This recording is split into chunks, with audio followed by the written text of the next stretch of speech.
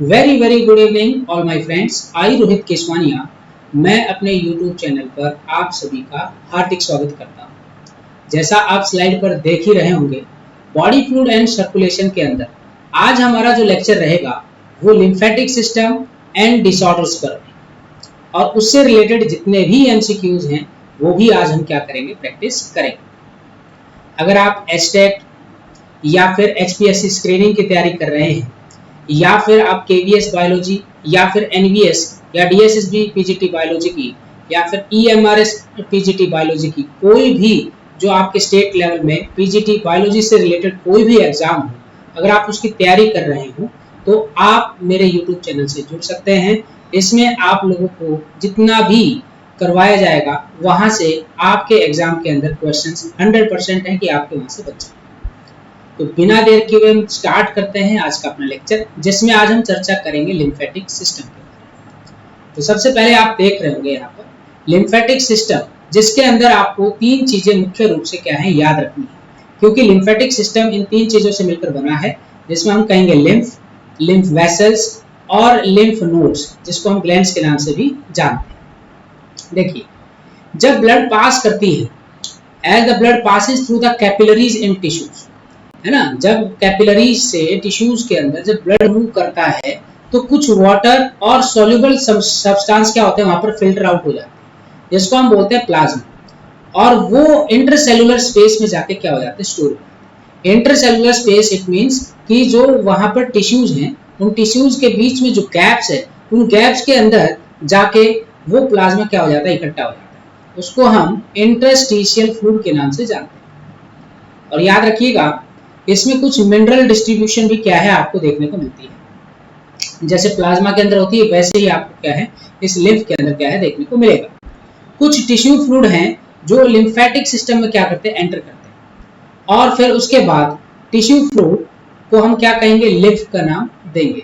ये वापस major when के अंदर क्या होते हैं, ड्रेन आउट हो जाते हैं। और याद रखें, लिम्फ कैसे होते हैं, कलरलेस फ्लूइड होता है और इसके अंदर लिम्फोसाइट्स आपको देखने को मिलेंगी। इट मींस कि आपको WBCs क्या है यहाँ पर देखने को मिलेंगे। और ये WBC आप सभी जानते ही हैं, लिम्फोसाइट्स को कहा जाता है।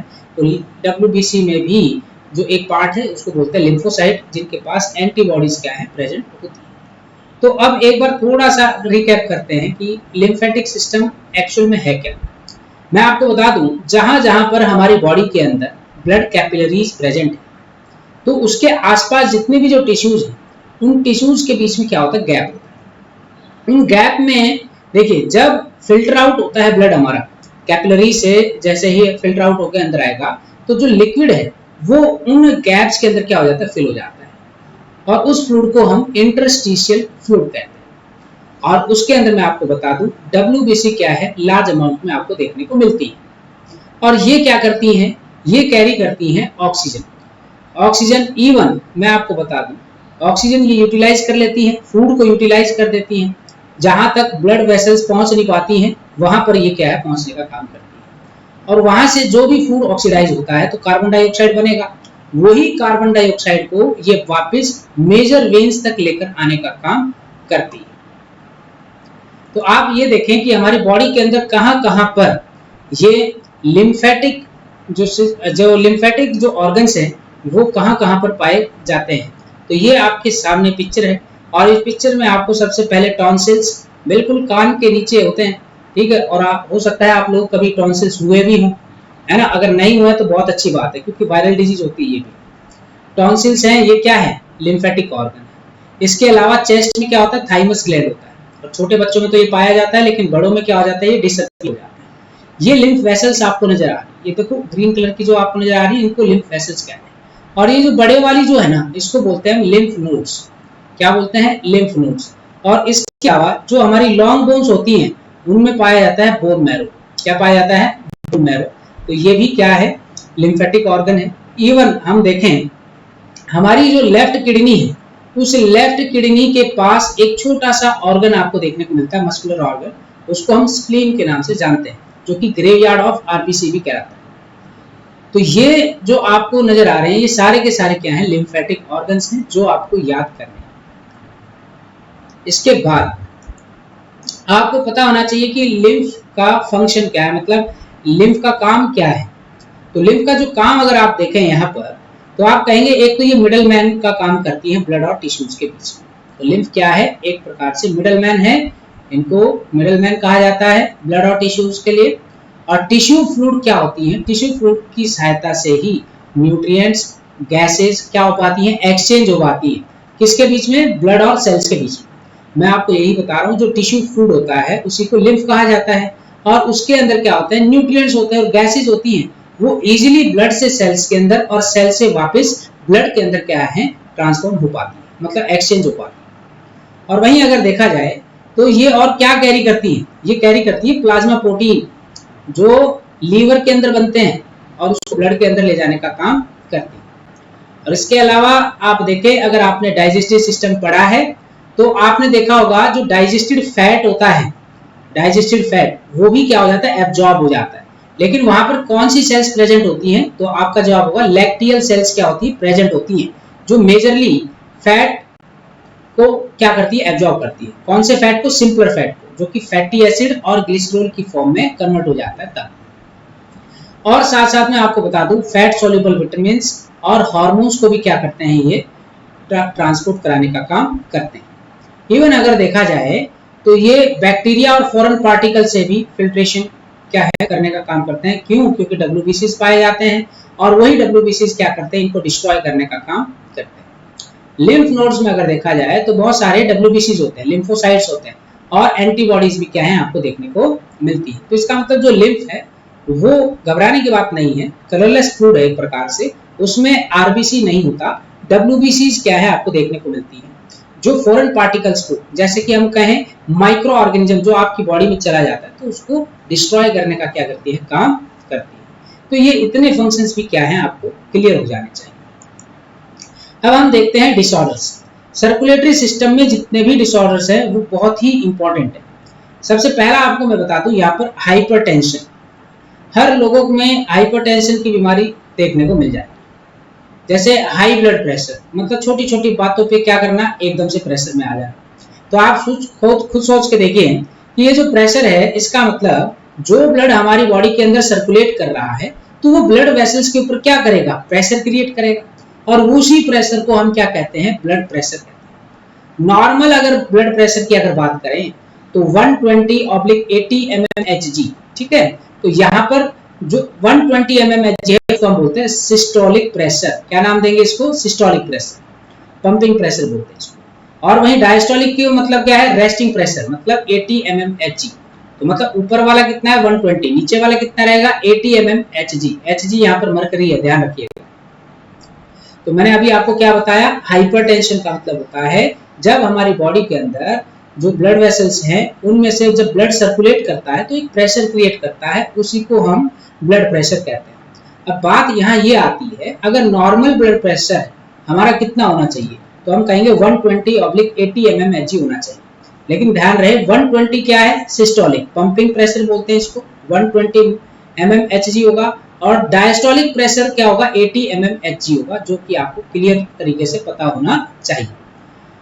अब वही अगर मैं बात करता हूं ब्लड प्रेशर की, अगर ये नॉर्मल से थोड़ा सा ज्यादा हो जाए तो उस कंडीशन को हाइपरटेंशन कहते हैं। जैसे इंडिविजुअली अगर देखा जाए तो देखिए 140/90 या इससे ज्यादा हो जाता है तो हम तुरंत क्या बोलते हैं कि भाई हाइपरटेंशन हो रखा है। इट मीन्स कि ब्लड प्रेशर क्या है, ज्यादा हुआ है, तो इसको हम हाइपरटेंशन कंडीशन। और इस कंडीशन के दौरान आपकी हार्ट से रिलेटेड क्या होती है, बीमारियां होती हैं, और बहुत सारे जो ऑर्गन्स हैं उनके ऊपर क्या होता है, बुरा प्रभाव आपको देखने को मिलता है। जैसे कि ब्रेन हो गया, किडनी हो गया, वहां पर बहुत ही बुरा असर क्या है आपको इसका देखने को मिलेगा। एक तो ये चीजें क्लियर हो जानी चाहिए हाइपरटेंशन की, मतलब सर्कुलेटरी सिस्टम के डिसऑर्डर से आपको बता रहा हूँ, ये इंपॉर्टेंस है। इनके अलावा ये कुछ पॉइंट और हैं, इनको भी आपको क्या करना है, क्लियरली अच्छे तरीके से याद कर लेना। तो सबसे पहला आपको यहाँ पर देखने को मिल रहा होगा कोरोनरी आर्टरी डिजीज, कैड, या फिर एथेरोस्क्लेरोसिस। क्या बोलते हैं, एथेरोस्क्लेरोसिस। ये एक बीमारी है। ये होता क्या है, इसका मतलब समझे आप। देखिए कैल्शियम है या फैट है, कोलेस्ट्रॉल है या फाइब्रस टिश्यूज है, ये हमारी जो कोरोनरी आर्टरीज होती है ना, उनके अंदर डिपोजिट होना स्टार्ट होती है। और कोरोनरी आर्टरी कहाँ होती है, हमारे हार्ट के पास पाई जाती है। तो वहां पर कैल्शियम, फैट, कोलेस्ट्रॉल और फाइब्रस टिश्यू की अमाउंट क्या है, बहुत तेजी से बढ़ने लग जाती है कोरोनरी आर्टरीज के अंदर। और इस दौरान जो गैप होता है, ल्यूमन का मतलब होता है गैप, है ना, आर्टरीज का, वो बहुत ही ज्यादा पतला हो जाता है, नैरो हो जाता है। और इससे क्या होता है, ब्लड सप्लाई के ऊपर इफेक्ट पड़ता है। जब ब्लड सप्लाई पर इफेक्ट पड़ेगा तो उस कंडीशन में उस बीमारी को कोरोनरी आर्टरी डिजीज या फिर एथेरोस्क्लेरोसिस के नाम से हम क्या है उसको जानेंगे। ठीक है, हमारी जो मसल्स है वो वीक हो जाएंगे। इनके अलावा है एंजीना, एंजीना या फिर एंजीना पेक्टोरिस। ये काफी बार पूछा गया क्वेश्चन है भाई, मैंने ज्यादातर ये क्वेश्चन देखा है एग्जाम के अंदर। तो एक तो ये एक्यूट चेस्ट पेन है, मतलब कुछ समय के लिए होता है, और ये तब होता है जब ऑक्सीजन की डेफिशिएंसी हो जाती है हमारी हार्ट मसल्स में। जैसे हमारी जो हार्ट मसल्स हैं वो लगातार क्या करती रहती है, ब्लड को पंप कराती रहती है। अब खुद सोच के देखिए, अगर वहां पर ऑक्सीजन का लेवल कम हो गया तो उस दौरान क्या होगा, हमारी चेस्ट में पेन होना स्टार्ट हो जाता है और इम्प्रॉपर क्या है, हमारा ब्लड फ्लो होता है।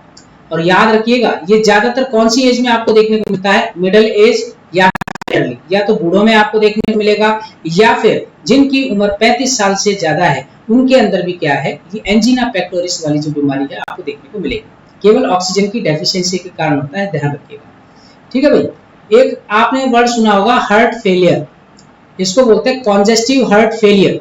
और याद रखिएगा, इसमें हार्ट क्या करता है, ब्लड पंप करना बंद कर देता है ना। हार्ट क्या करता है, ब्लड को पंप प्रॉपर तरीके से नहीं कर पाता, जिसकी वजह से जितनी डिमांड है ना ऑक्सीजन की, तो वो नहीं हो पाती है।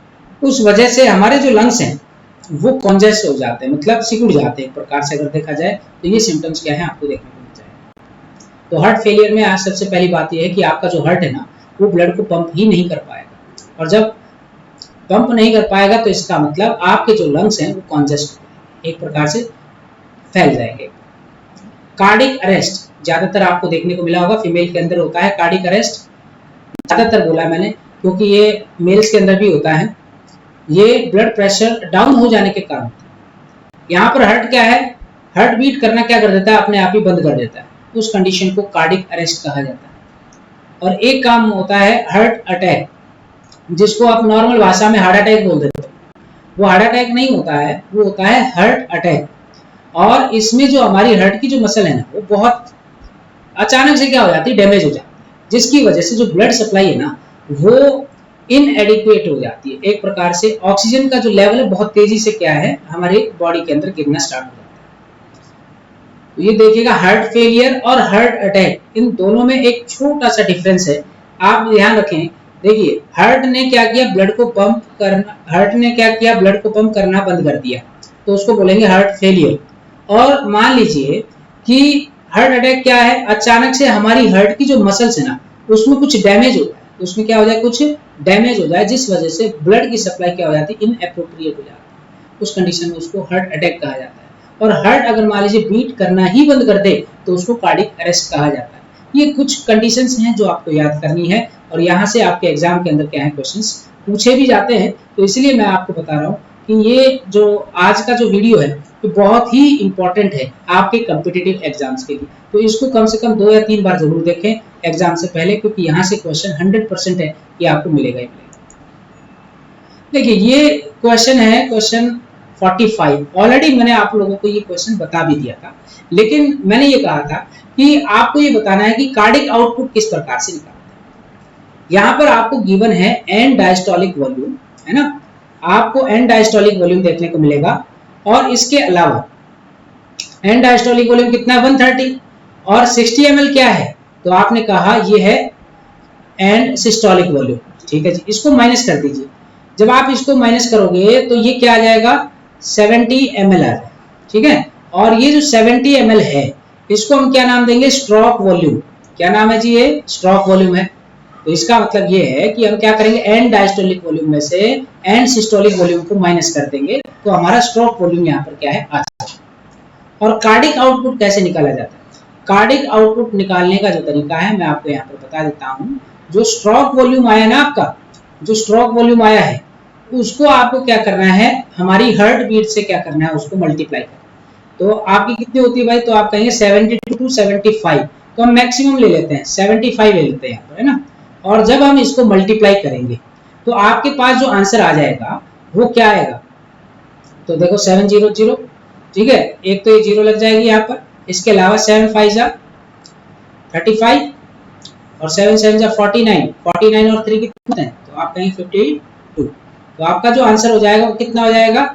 अगर देखिए आपसे पूछता है ये मिलीलीटर में, तो ये बन जाता है आपका 5250 ml, और आपसे पूछा है लीटर में, तो लीटर में पूछा है तो ये हो जाएगा 5.25 लीटर। कितना हो जाएगा? 5.25 लीटर। ये आंसर क्या है आपको देखने को मिलेगा, जो कि आपको सी ऑप्शन में क्या है यहाँ पर गिवन है। मैंने कहा था कि मैं आपको ये क्वेश्चन आपको नेक्स्ट वीडियो के अंदर जरूर बताऊंगा, क्योंकि उस समय वीडियो काफी बड़ी हो चुकी थी। अब हम देखते हैं नेक्स्ट क्वेश्चन हमारे सामने है। अभी थोड़ी देर पहले ये क्वेश्चन हमने किया भी था। एथेरो, हम यहाँ पर देखेंगे एथेरोस्क्लेरोसिस, ये जो बीमारी है इसका दूसरा नाम क्या है? क्या हम इसको हाइपोटेंशन कहेंगे, क्या एंजिना पेक्टोरिस कहेंगे, या फिर कोरोनरी आर्टरी डिजीज कहेंगे, या फिर कार्डियोमिगली के नाम से हम जानेंगे? तो याद रखिएगा, एथेरोस्क्लेरोसिस को हम कोरोनरी आर्टरी डिजीज के नाम से भी जानते हैं, और ऑलरेडी ये देखो हमने यहाँ पर ये क्वेश्चन किया था, ठीक है। तो एथेरोस्क्लेरोसिस को हम क्या बोलते हैं? Coronary artery disease, CAD disease के नाम से क्या हम इसको जानते हैं। हाइपरटेंशन, अब आपको बताना है हाइपरटेंशन क्या है। विदाउट एनी सिम्टम्स, क्या when blood vessel human get constricted, या जब ब्लड प्रेशर 140 mmHg और 90 mmHg हो जाएगा तब, या फिर ऑल ऑफ दी अबव। तो आपका जो आंसर होगा मैं आपको बता देता हूं, हाइपरटेंशन में आपको कोई सिम्टम्स आपको देखने को नहीं मिलते। याद रखिएगा, जो ब्लड वेसल्स का जो ल्यूमन का साइज होता है ना, वो कंस्ट्रिक्ट हो जाता है, कम हो जाता है, जिसकी वजह से प्रेशर बढ़ने लगता है। जब प्रेशर बढ़ेगा तो नॉर्मल से क्या हो जाएगा? ज्यादा हो जाएगा। तो ऊपर वाला कितना होता है? 120, नीचे वाला कितना होता है? 80। तो उससे ज्यादा मिलेगा, तो इसका मतलब क्या है? हाइपरटेंशन की कंडीशंस आपको देखने को मिलेगी, ठीक है। तो ये डी ऑप्शन क्या हो जाएगा आपका यहाँ पर? करेक्ट हो जाएगा। तीनों के तीनों ऑप्शंस क्या है यहाँ पर? करेक्ट है, ध्यान रखिएगा इस चीज का। 51 की अगर मैं बात करूं, what is the most likely to happen when the heart is unable to pump blood sufficiently in order to meet the body's need? आपसे ये कब पूछा गया है कि ज्यादातर आपने देखा होगा कि हार्ट है ना, कई बार ब्लड को पंप नहीं कर पाता है प्रॉपर तरीके से, और जितनी बॉडी को आवश्यकता है उतना ब्लड अगर मान लीजिए बॉडी के अंदर पंप नहीं हो पा रहा है, तो उस कंडीशन में कौन सी बीमारी हो सकती है? तो याद रखिएगा, उसको बोलेंगे हार्ट फेलियर। क्या बोलेंगे उसको? हम हार्ट फेलियर के नाम से। नेक्स्ट क्वेश्चन है क्वेश्चन नंबर 52, आपकी स्क्रीन के ऊपर गिवन है। An artificial pacemaker is implanted subcutaneously and connected to the heart in patients। तो आपने देखा होगा आर्टिफिशियल जो पेसमेकर है कई बार इम्प्लांट कर दिया जाता है ना, और वो भी हार्ट पेशेंट। तो क्या होगा? Having 90% blockage of the 3 coronary arteries, तब ऐसा किया जाता है, या फिर हाई ब्लड प्रेशर हो जाने के कारण किया जाता है, या फिर हार्ट की जो रिदम है इरेगुलर हो जाती है तब ऐसा किया जाता है, या फिर आर्टेरियोस्क्लेरोसिस से क्या कर रहा है? वो सफर कर रहा है, इस वजह से दिया जाता है। तो मैं आपको यहाँ पर बता देना चाहता हूँ कि आपकी हार्ट की जो रिदम है वो अगर इरेगुलर हो जाए, क्या हो जाए? इरेगुलर हो जाए, उस कंडीशन में आर्टिफिशियल पेसमेकर का यूज किया जाता है, ताकि प्रॉपर तरीके से जो हार्ट का जो रिदम है ना वो आपका चलता रहे। अब आपको इनकरेक्ट मैच बताना है। पहला है angina pectoris, pain in the chest, ठीक है। तो 53 में पहला तो ऑप्शन बिल्कुल सही है, क्योंकि देखिए एंजिना पेक्टोरिस तभी होती है जब ऑक्सीजन की क्या हो जाती है? हार्ट के अंदर कमी हो जाती है। हाइपरटेंशन, हाई ब्लड प्रेशर को कहा जाता है, बिल्कुल सही। मायोकार्डियल इन्फ्रेक्शन, जिसको हार्ट फेलियर कहते हैं, नहीं, इसको हम क्या नहीं कहेंगे? हार्ट फेलियर नहीं कहेंगे। Coronary artery disease, ischaemic heart disease के नाम से भी हम इसको क्या है? जानते हैं। तो 53 का मैं आपको यहाँ पर बताता हुआ चलूं, ये लास्ट वाला ऑप्शन ठीक है। तो आपका केवल जो गलत है वो कौन सा है? C option. तो आपका जो आंसर हो जाएगा सी ऑप्शन बिल्कुल करेक्ट हो जाएगा, ये याद कर लीजिएगा। नेक्स्ट आ रहा है आपके पास यहाँ पर क्वेश्चन नंबर 54, नीट 2013 में ये पूछा गया क्वेश्चन था। इसमें आपको ABCD यहाँ पर दिया हुआ, लेबल करना है आपको ना, ब्लड सर्कुलेशन दिया हुआ ह्यूमंस का। तो हम देख लेते हैं, चलो। बी को पल्मोनरी आर्टरी कहते हैं, क्या हम बी को पल्मोनरी आर्टरी कहते हैं? तो इसका मतलब पहला तो गलत ही हो गया हमारा, ये पल्मोनरी आर्टरी नहीं कहलाएगा, ये एओर्टा कहलाएगा। ठीक है भाई। सी को हम वेना केवा कहते हैं, बिल्कुल सही, वेना केवा कहेंगे सी को हम। इसके अलावा takes blood from the body parts, बिल्कुल सही है, बॉडी पार्ट से लेकर जा रहा है। कहां लेकर जाएगा? राइट ऑरिकल, ये भी ठीक है। और याद रखिएगा जो पार्शियल प्रेशर है कार्बन डाइऑक्साइड का वो 45 mmHg है, ये बात भी बिल्कुल सही है। तो इसका मतलब बी ऑप्शन क्या हो जाएगा आपका यहाँ पर करेक्ट हो रहा है। और सी में डी आपको दे रखा है डोर्सल एओर्टा, नहीं ये भी गलत है। और वहीं ए पल्मोनरी वेन, ए को पल्मोनरी वेन कहते हैं, ठीक है, ये इम्प्योर ब्लड कैरी नहीं करती है, ये प्योर ब्लड क्या करती है? कैरी करने का काम करती है। अगर आप देखें यहाँ पर, अगर आपको प्रेशर याद नहीं है उसके बावजूद भी आंसर क्या है आपका यहाँ पर ऑप्शन से बिल्कुल क्लियर हो जाएगा कि देखिए ए को हम क्या कहेंगे? पल्मोनरी वेन, जो ऑक्सीजनेटेड ब्लड कैरी करते हैं। डी को क्या कहेंगे? पल्मोनरी आर्टरी, जो डी ऑक्सीजनेटेड ब्लड ले जाने का काम करती है हार्ट से लंग्स के पास। और वहीं सी क्या है? वेना केवा, और बी क्या है यहाँ पर? एओर्टा। ठीक है, अब इन अकॉर्डिंग भी आप क्या है इस क्वेश्चन का जवाब दे सकते थे। बहुत इजी क्वेश्चन था, इतना ज्यादा मुश्किल नहीं था। क्वेश्चन नंबर 55 आपकी स्क्रीन के ऊपर है, आप देख रहे होंगे। यहाँ पर आपको नीट 2018 में पूछा गया क्वेश्चन। अब देखिए, fibrinogen, osmotic balance, globulin, blood clotting, albumin, defence mechanism. अब देखो ऐसे दिया, लेकिन आपको ना मैच करना है। अगर फिब्रिनोजन की हम बात करें, फिब्रिनोजन की, तो वो किसके लिए रिस्पॉन्सिबल है? तो आप कहेंगे जो फिब्रिनोजन है वो किसके लिए रिस्पॉन्सिबल है? तो वो ब्लड क्लॉटिंग के लिए रिस्पॉन्सिबल। आपका आंसर ये हो जाएगा। ग्लोबुलिन, ग्लोबुलिन की अगर मैं बात करता हूँ तो ये किसके लिए? तो डिफेंस मैकेनिज्म, क्योंकि एंटीबॉडीज बनाने का काम करती है। आपने पढ़ा ना, इम्यूनोग्लोबिन होता है आईजी, है ना, एंटीबॉडीज में क्या होता है? IG, immunoglobulin. तो याद रखिएगा ग्लोबुलिन क्या है यहाँ पर? डिफेंस मैकेनिज्म के लिए रिस्पॉन्सिबल है, एंटीबॉडीज की फॉर्मेशन कराने में हेल्प करते हैं। एल्बुमिन ये क्या करते हैं? ऑस्मोटिक बैलेंस करने में हेल्प करते हैं, कि भाई कितनी अमाउंट में जो सॉल्ट्स हैं या फिर आयनिक बैलेंस क्या है मेंटेन कराने का काम करते हैं। तो आप ये देखिए आपका जो ऑप्शन है वो कौन सा ठीक हो जाएगा? 2, 3, 1 देख लो कहां पर लिखा होगा। तो आपका जो ऑप्शन है डी, तो ऑप्शन डी आपका यहाँ पर क्या हो जाएगा? करेक्ट आंसर आपका हो जाएगा। अब देखते हैं क्वेश्चन नंबर 56 आपकी स्क्रीन के ऊपर है। तो आपको यहाँ पर करेक्ट ऑप्शन क्या करना है? चूज करना है X Y Z. X Y Z लिखा होगा, एक तो यहाँ लिखा है एक्स, ठीक है, एक तो इसके बारे में बताना है आपको, एक बता रहा है यहाँ पर और एक बता रहा है यहाँ। ठीक है जी, आप देखते हैं ब्लड ग्रुप ए में आपको बता रखा है एंटीजन ऑफ आरबीसी क्या है? ए है। एंटीबॉडी इन प्लाज्मा एंटीबी, किसको डोनेट कर सकता है? ब्लड ग्रुप ए और ब्लड ग्रुप ओ को दे सकता है। तो देखते हैं नीचे, अगर मैं बात करता हूं यहाँ पर, अगर मैं यहाँ पर चर्चा करता हूं ब्लड ग्रुप ए बी की, तो ब्लड ग्रुप ए बी में क्या कोई एंटीजन आपको देखने को मिलेगा? तो आप कहेंगे कि सर यहाँ पे जो एंटीबॉडीज हैं, यहाँ जो एंटीबॉडीज हैं वो मिलेंगे, और यहाँ पर एंटीजन क्या क्या क्या होंगे? ए और बी, ए भी होगा और बी भी होगा। ठीक है, एंटीजन आपको दोनों देखने को मिले, तभी तो ए बी ब्लड ग्रुप है। जैसे ये आरबीसी है ना, ये आरबीसी है, अगर मान लीजिए इसके ऊपर ए भी है और क्या है? बी भी है ना, ए है बी है, यहाँ पे बी लिख दिया, ये मान लीजिए लिख दिया, एक मिनट रुकिएगा, और यहाँ जैसे मैंने लिख दिया ना, ये बी लिख दिया। तो ये सारे के सारे क्या है? याद रखिएगा एंटीजेंस है ना, जो कि सरफेस के ऊपर पाए जाते हैं। तो पहला तो ऑप्शन आपका करेक्ट होगा कि ए बी है। वाई अगर देखें, एंटीबॉडी इन प्लाज्मा, देखिए ब्लड ग्रुप क्या है? वो है आरबीसी में एंटीजन क्या है? बिल्कुल ना के बराबर।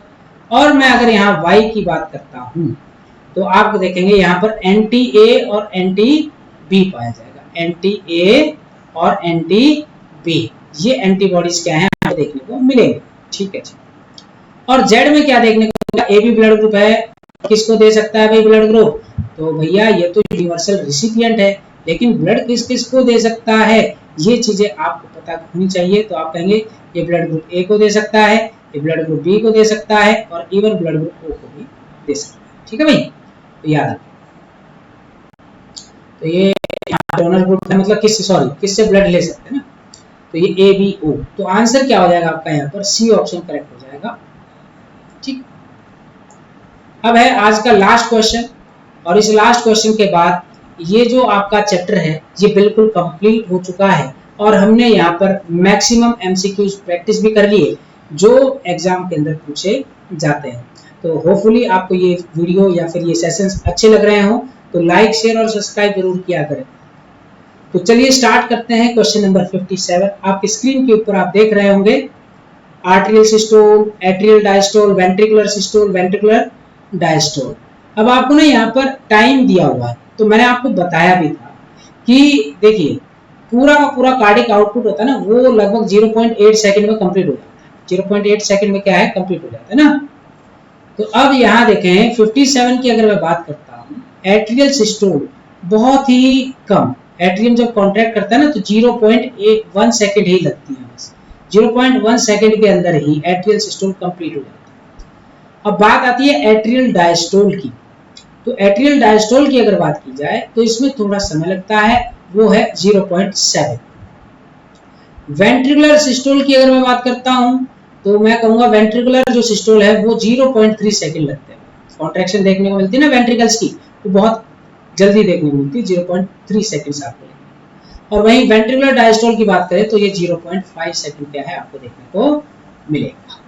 ठीक है जी, तो ये ऑप्शन आपका हो जाता है यहाँ पर, ए ऑप्शन क्या हो जाएगा यहाँ पर करेक्ट, ए ऑप्शन आपका यहाँ पर करेक्ट। तो ये था आज का सेशन।